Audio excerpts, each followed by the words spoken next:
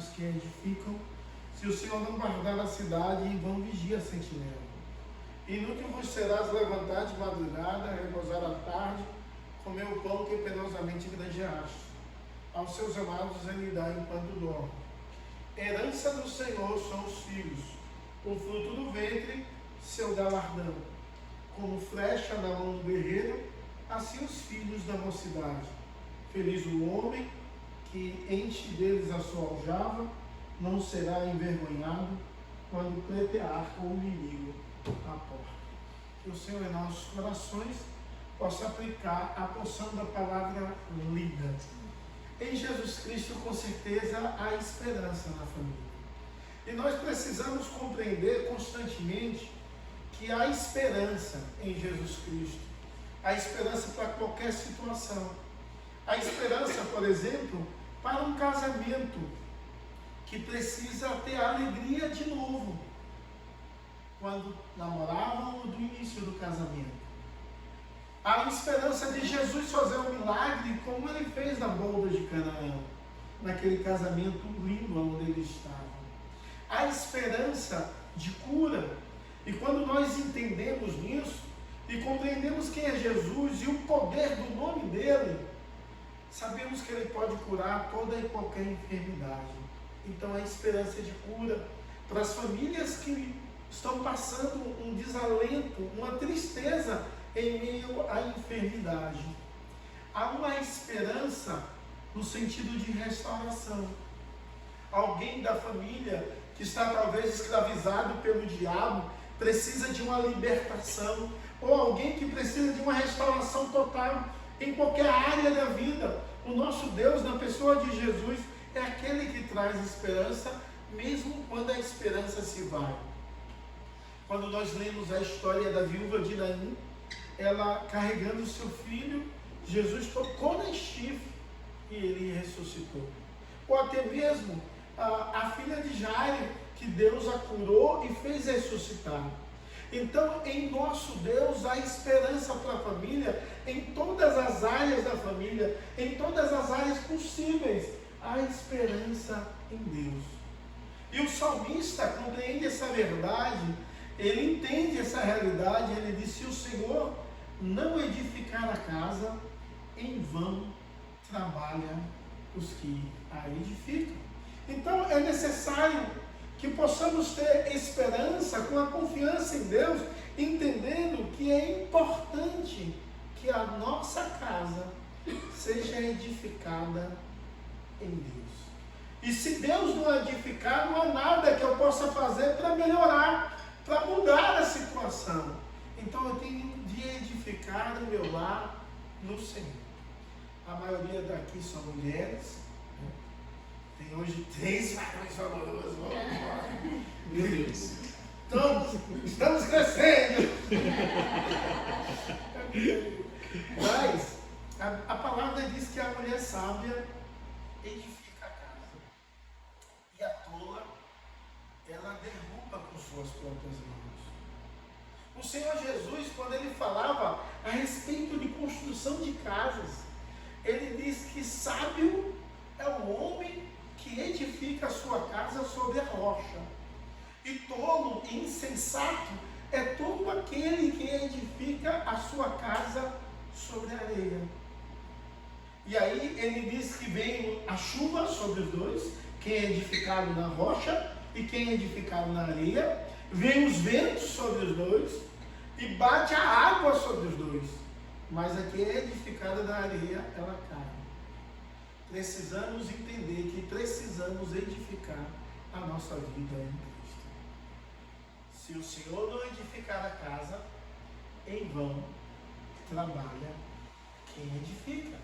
Se o Senhor não guardar a cidade, e ele usa essas duas metáforas, diz: em vão vigia a sentinela. Então, Deus que tem de edificar, seu edificador, o sustentador do nosso lar, e é aquele que guarda a nossa vida, a nossa história, os nossos, a nossa família. Então, esse salmo vai falar sobre a bênção diária. A bênção diária de uma pessoa. O verso 2, ele já vai continuar dizendo: inútil vos será levantar de madrugada, repousar à tarde, comer o pão que penosamente granjeastes, aos seus amados ele dá enquanto dorme. Quando nós temos esperança na pessoa de Jesus Cristo, nós desfrutamos da bênção diária. E a bênção diária é um negócio maravilhoso. Aqui que se estende a ideia de dependência, desde o verso 1, se o Senhor não edificar, não vai ser nada, mas que nos dá uma ideia que Deus é aquele que cuida, que guarda, é aquele que trabalha em nosso favor, mas nos dá uma ideia de paz. Inútil vos será levantar de madrugada, repousar na tarde e comer o pão que penosamente granjeastes. Eu aconselho vários casais há muitos anos.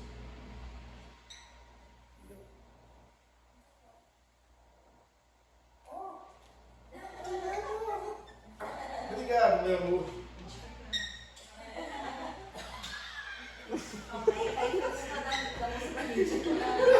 Oi, o rapaz da mídia tá bem. A moça da mídia hoje. Ainda saiu o pé do meu. Não tem problema, brincadeira. Tá bom. Deu? Obrigado, porque esse bicho é pesado mesmo. Ficou top. Não. Ficou top, essa linguagem é minha. Aí, bom, então, passa a ideia que ele diz assim: inútil é tentar fazer qualquer coisa. Não vai valer nada. É igual o livro de Provérbios que diz que é correr atrás do vento. E nós vivemos em um período onde a geração inverter os valores corretos.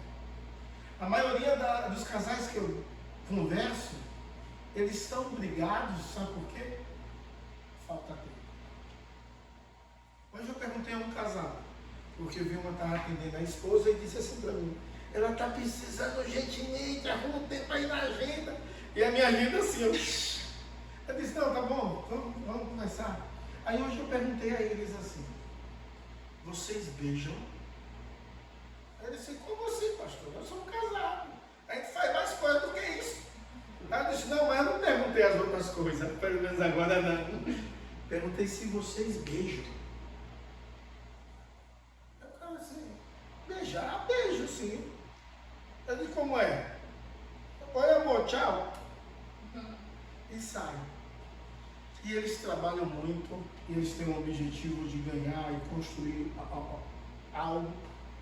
E a gente sabe que a pessoa que trabalha muito, por causa de um objetivo, algumas vezes não administra bem o seu tempo.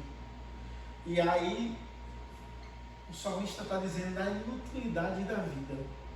Porque algumas coisas nós valorizamos muito e desprezamos outras. Eles estão desprezando a bênção diária que Deus dá para viver uma vida dessa. Eu perguntei literalmente se eles dão colada. Não sei se o nome aqui é colada. É colada aqui? Amasso.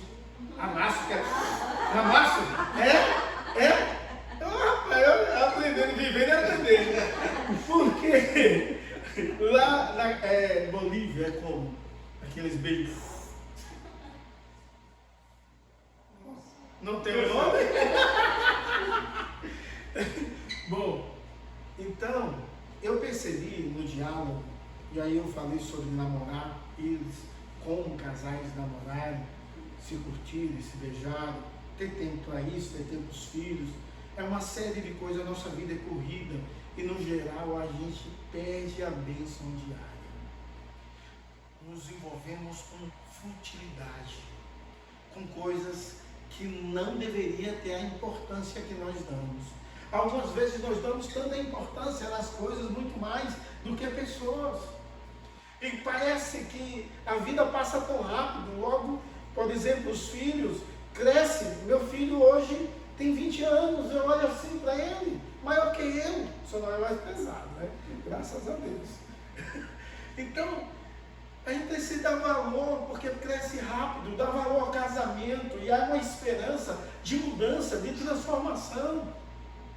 Talvez não há mais, há uma cumplicidade de amizade, mas não há mais uma cumplicidade de namoro. E nós perdemos isso por causa da futilidade de querer ter e ser. E nós negligenciamos a bênção diária. E algumas vezes a futilidade se torna tão forte em nossas vidas que rouba a nossa paz.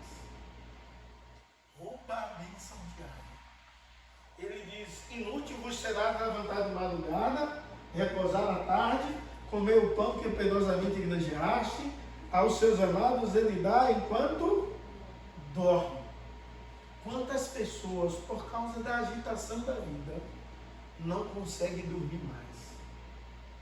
Por causa das preocupações de ter de fazer, ter de conquistar, não conseguem nem mais dormir. Está vivendo tão ansioso e tão estressado que não consegue nem sentir paz enquanto dorme, negligenciando a bênção de Deus. A bênção diária. Porque é a quem Deus ama. E você é um amado, uma amada de Deus. Ele dá enquanto você dorme. Ele te abençoa quando você não está fazendo nada. Ele é o Deus que está te abençoando no momento que você está dormindo. O Salmo 121 diz que Ele, que é o nosso protetor e é o guarda de Israel, Ele não dormita nem dorme aquele que te guarda. Meus irmãos, precisamos entender que essa bênção diária, ela traz a esperança para a família. Precisamos entender que o que temos e quem somos não vem do que fazemos, mas do que Deus fez e está fazendo e irá continuar fazendo. Precisamos então não só depender, mas descansar os nossos corações nele. Descansar de tal forma ao ponto de entender que, apesar de o ser humano ter de trabalhar para conseguir o sucesso, ou a satisfação, ou a conquista de alguma coisa, essas coisas vêm de Deus, e precisamos entender isso. E Deus, Ele pode nos dar enquanto dorme. Precisamos então experimentar a bênção de Deus, valorizar o que de fato importa. Não estou dizendo que ninguém tem de ser preguiçoso, não estou dizendo que ninguém tem de negligenciar algumas coisas, mas em prol de ter, a gente não precisa negligenciar os nossos. E aí, a nossa família tem esperança certa, na pessoa certa, e com certeza terá a paz certa que provém de Deus. Eu posso contar inúmeras vezes quando Deus manifestou a sua bondade, o seu amor, o seu favor, com sua santa provisão. Mas eu sei que você também tem alguma coisa a falar sobre isso. Então precisamos aprender a experimentar dessa bênção diária, entendendo e valorizando o que de fato é precioso. E aí o verso 3 vai falar sobre uma preciosidade da vida. Apesar de eu ter falado já sobre o casamento, o verso 3 e 4 vai falar sobre uma preciosidade que é os filhos. Herança do Senhor são os filhos, o fruto do ventre, seu galardão, como flecha na mão do guerreiro, assim os filhos da sua mocidade. E feliz o homem, verso 5, que enche deles a sua aljava, não será envergonhado quando pleitear com o inimigo à porta. Sabe, os filhos são um presente de Deus. Os filhos são promessas de Deus. Filhos é como Deus dissesse assim: eu estou te dando um presente, algo precioso para você cuidar. Mas o salmista usa uma figura de linguagem para dizer que os filhos são como flechas. Uma flecha artesanal é uma coisa tão lapidada que eu acho para um artesão fazer dá muita dificuldade. Eu já fui na festa em Bertioga dos Índios. Alguém aqui já foi? 2. Você foi comigo. E eu fui na festa dos Índios lá no dia 19, não sei muito bem. Abril, obrigado. Tem a festa dos índios lá e vem índios de várias regiões do Brasil. E lá eles vendem arco e flecha. vende também alforje. E eu não sei se você já viu, mas uma flecha artesanal, por exemplo, e aqui a gente está falando de um salmo, de um período onde as coisas eram feitas de forma artesanal. Uma flecha, ela é uma arma de ataque. Ela não é uma arma de defesa. Ele está dizendo que os nossos filhos são uma arma de ataque. Quando o inimigo chegar na porta. E essa figura de linguagem que era muito fácil para quem é de Israel entender e uma dificuldade maior para nós, é porque os negócios, o julgamento e todo o comércio era feito na porta da cidade. E quando uma família, quanto mais fraca ela era, mais injustiçada ela poderia ser por alguém em um negócio. Então ele diz, feliz é quem enche a sua aljava de filhos, porque eles são como flecha na mão do guerreiro, que vão envergonhar o inimigo, porque você tem uma proteção, e isso é lindo. Mas a flecha, ela precisa ser lapidada, e a flecha, artesanalmente, ela é lapidada assim e assim, a ponta dela. Imagine você pegar um pau bruto e lapidar de forma correta 5 vezes de um lado, 5 vezes de outro, 5 vezes embaixo, 5 vezes do outro lado embaixo, para ficar perfeita. E ela não errar o alvo, cortar o vento quando for atirada. Precisamos entender que Deus nos dá um presente e temos uma responsabilidade com o presente de Deus.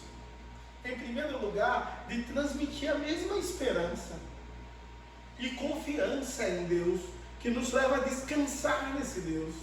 Mas em segundo lugar, uma responsabilidade de lapidar os nossos filhos, ensinando o caminho do Senhor, a confiar em Deus, a amar a Deus, a servir a Deus.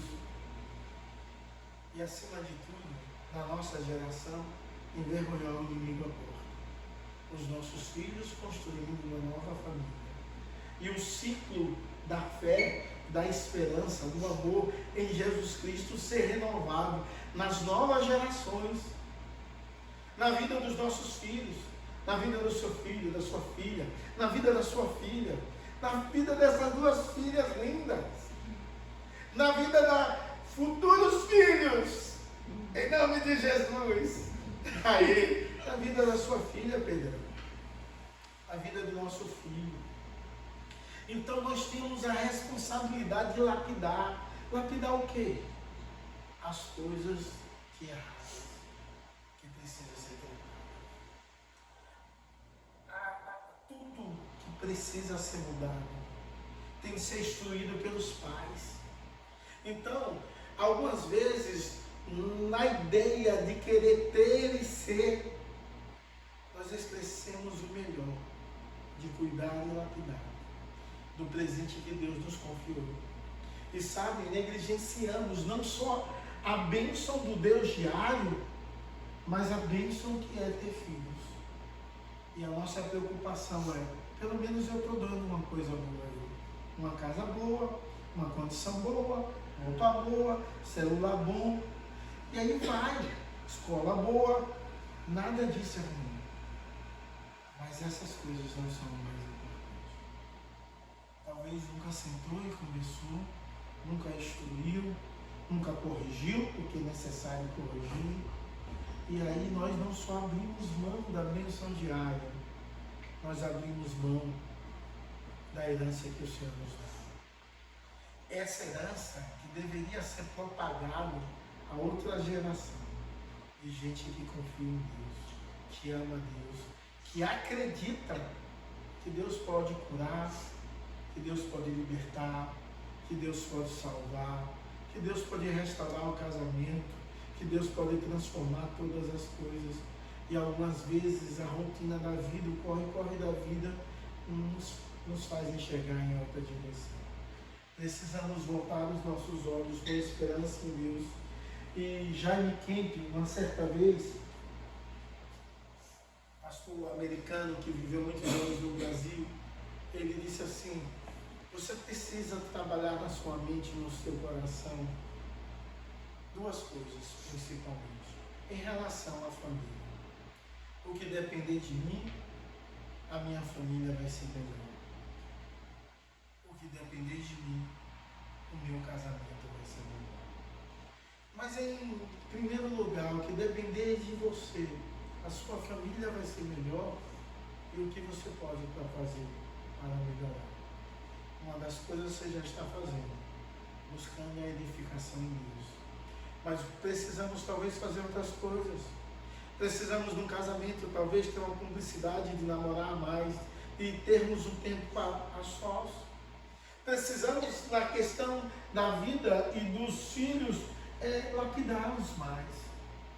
Precisamos então na vida familiar encontrar tempo para a família, brincar juntos, sorrir juntos, passear juntos, se alegrar juntos.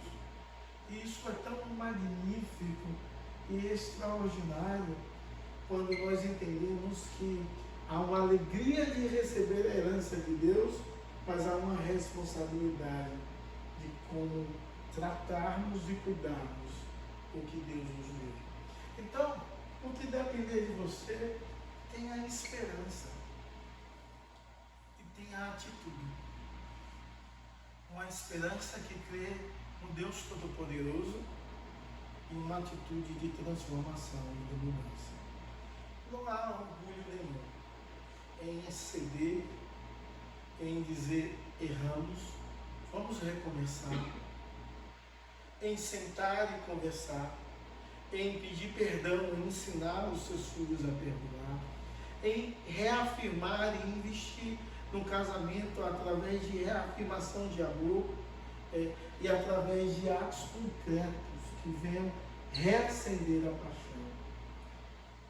Precisamos então ter esperança e dar continuidade na fé a partir dos nossos. E se olharmos para a nossa vida, e se hoje você dizer assim, não há como ter continuidade da fé pela minha casa, pela minha família, pelos meus filhos, você precisa rever o Senhor. Porque o maior ministério que uma pessoa pode ter é lindo ver vocês trabalhando, toda a parte aqui se dedicando, e eu gostaria que vocês viessem mais e com fé em Deus e crescer cada vez mais, mas não podemos esquecer o ministério que Deus nos confiou. A sua casa, o seu esposo, a sua esposa, a sua filha. Esse sim, o campo missionário mais importante nosso. E talvez nós erramos no casamento, erramos na criação, mas temos esperança em Deus que pode mudar toda e qualquer situação. E hoje nós oramos, Deus, faz algo novo, mas não no outro, em nós, que nós venhamos a mudar as nossas atitudes, a valorizar o que de fato deve ser valorizado, em nome de Jesus e para a glória do Senhor. Amém? Que Deus nos abençoe. Que a esperança na família esteja em Deus, mas o que depender de nós, possamos fazer o nosso melhor, para o nosso casamento, para a criação dos nossos filhos, e para que isso se perpetue, eita, quase que não sai, né? Para outras gerações, para que possamos ver os filhos dos nossos filhos, os nossos bisnetos, gozando de paz, de alegria e de esperança em Cristo. Que Deus assim nos abençoe. Em nome de Jesus. Passa a palavra para vir fazer uma oração. As orações.